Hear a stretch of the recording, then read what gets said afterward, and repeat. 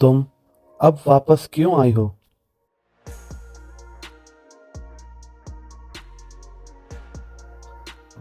जब से वो छोड़कर गई थी, तब से हर रात मैं बस यही सोचता रहता था कि क्या उसे वाकई एहसास होगा जो उसने मेरे साथ किया। उसको गए हुए एक अरसा बीत चुका था।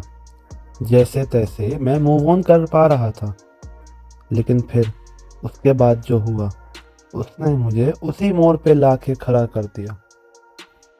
मैं बिस्तर पे लेटा हुआ अपना मोबाइल यूज़ कर रहा था और अचानक से मेरे पास एक कॉल आई, अननोन नंबर से। यूट्यूब पे किसी से वीडियो से मूव ऑन करने की टिप्स तो ले ली थी मैंने, पर असलियत में किसी इंसान से मूव ऑन करना कैसे होता है, ये बस दिल ही जानता है। पागलों की तरह पीछे भागता रहता था, तड़पता रहा उसके प्यार के लिए, पर वो थी कि बस सीन जोन करके मुझे हमेशा हर बार छोड़ देती थी। खैर, वो नंबर तो अनजान ही लगा था पहली नज़र में, पर जब ध्यान से देखा तो वो ऐसे किसी शख्स का था जो अनजान नहीं, जान रह चुका था।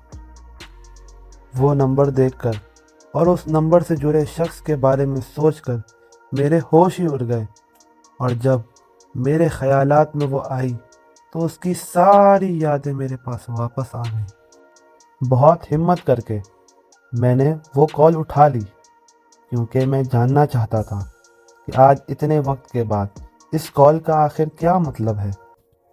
क्या अब भी मुझे ज़रूरत के लिए इस्तेमाल करने का कोई इरादा था, या वाकई में कोई गंभीर बात थी। जब मैंने कॉल पिक की और जब वहाँ से उसका हेलो की आवाज़ आई, तो उस आवाज़ ने मुझे बहुत कमज़ोर बना दिया।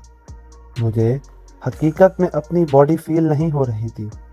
मैं सिर्फ मेंटली ही नहीं, बल्कि फिजिकली भी खुद को बहुत वीक फील कर रहा था।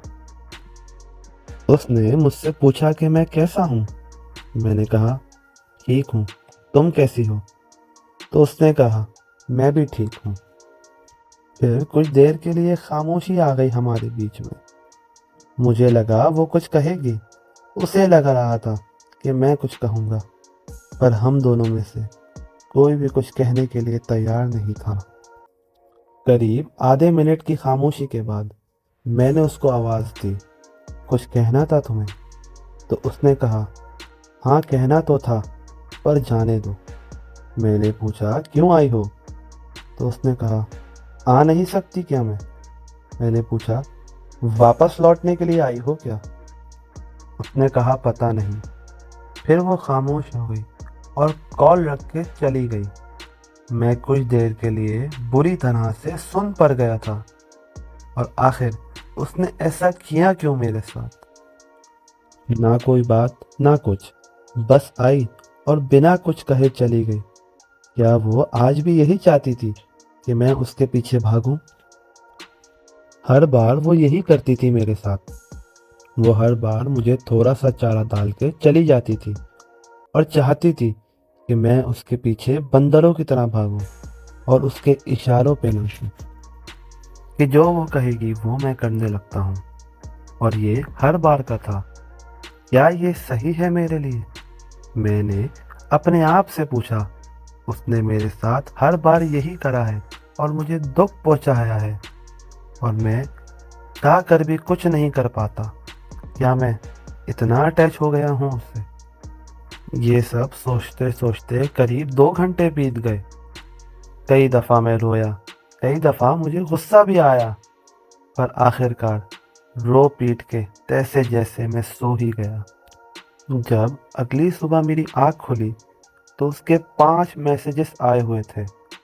उसके मैसेज देखने से पहले ना जाने क्यों मेरे हाथ कांपने लगे।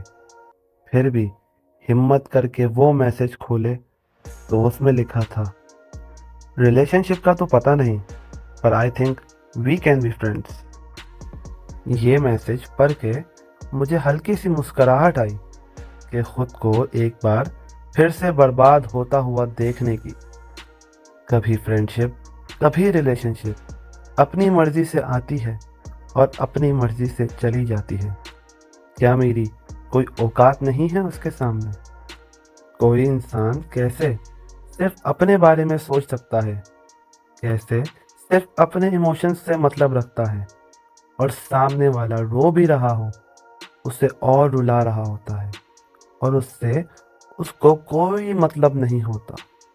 लेकिन आज तक उसने मुझे सीन जोन पे रखा, लेकिन आज मेरी बारी थी कि मैं उसे सीन जोन पे रखूं।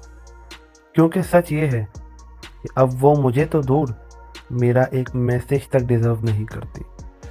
मैंने अब तक बहुत किया है दूसरों के लिए, और अब ये हाई टाइम है कि मैं अपने लिए कुछ करूं। और ख़ुद के दिल को प्रोटेक्ट करने से बड़ा कोई कर्म नहीं है। मैंने भी वही किया, अपने आप को हर नेगेटिविटी से प्रोटेक्ट। मैंने वो मैसेज ओपन ज़रूर किए, लेकिन उनका रिप्लाई कभी नहीं किया।